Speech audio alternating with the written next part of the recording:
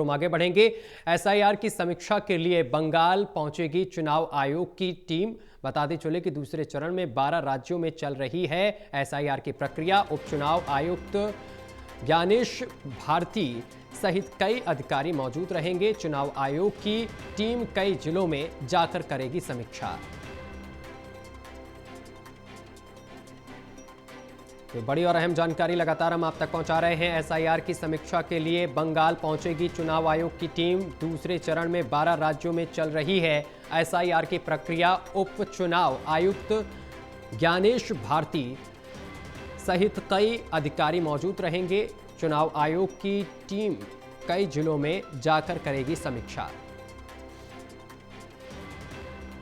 तो ये बड़ी और अहम जानकारी लगातार हम आप तक पहुंचा रहे हैं, जहां आपको बताते चले कि 12 राज्यों में एसआईआर की प्रक्रिया लगातार जारी है। एसआईआर की समीक्षा के लिए बंगाल पहुंचेगी चुनाव आयोग की टीम।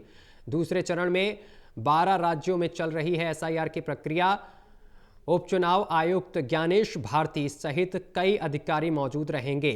चुनाव आयोग की टीम कई जिलों में जाकर करेगी समीक्षा। तो बड़ी जानकारी लगातार हम आप तक पहुंचा रहे हैं, जहां आपको बताते चले कि दूसरे चरण में 12 राज्यों में चल रही है एसआईआर की प्रक्रिया।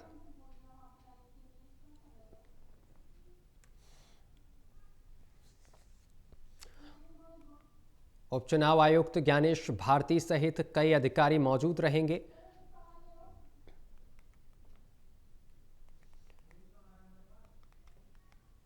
तो एसआईआर की समीक्षा के लिए बंगाल पहुंचेगी चुनाव आयोग की टीम।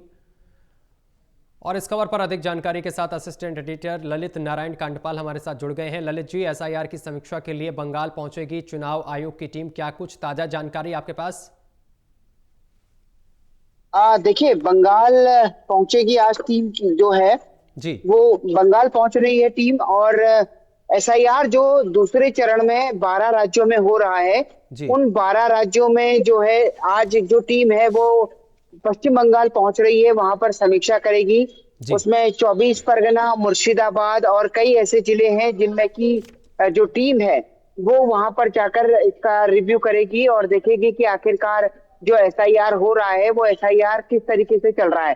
तो सबसे महत्वपूर्ण बात ये भी है कि एसआईआर को लेकर जो है बिल्कुल। पश्चिम बंगाल सरकार लगातार विरोध कर रही है। वहीं दूसरी ओर मैं आपको ये भी बताना चाहूंगा सत्यम, जी कि केरल सरकार जो है वो सुप्रीम कोर्ट में अपनी याचिका आज दायर कर रही है और वो एसआईआर के खिलाफ अपनी याचिका को दायर करेगी।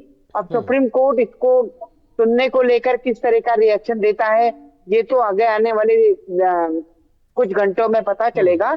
लेकिन इतनी बात तय है कि एसआईआर को लेकर पहले से ही प्रक्रिया चल रही है और सुप्रीम कोर्ट कई बार अपनी जो ऑब्जर्वेशन है और कई बार अपनी टिप्पणी है इस पूरे मामले में कर भी चुका है।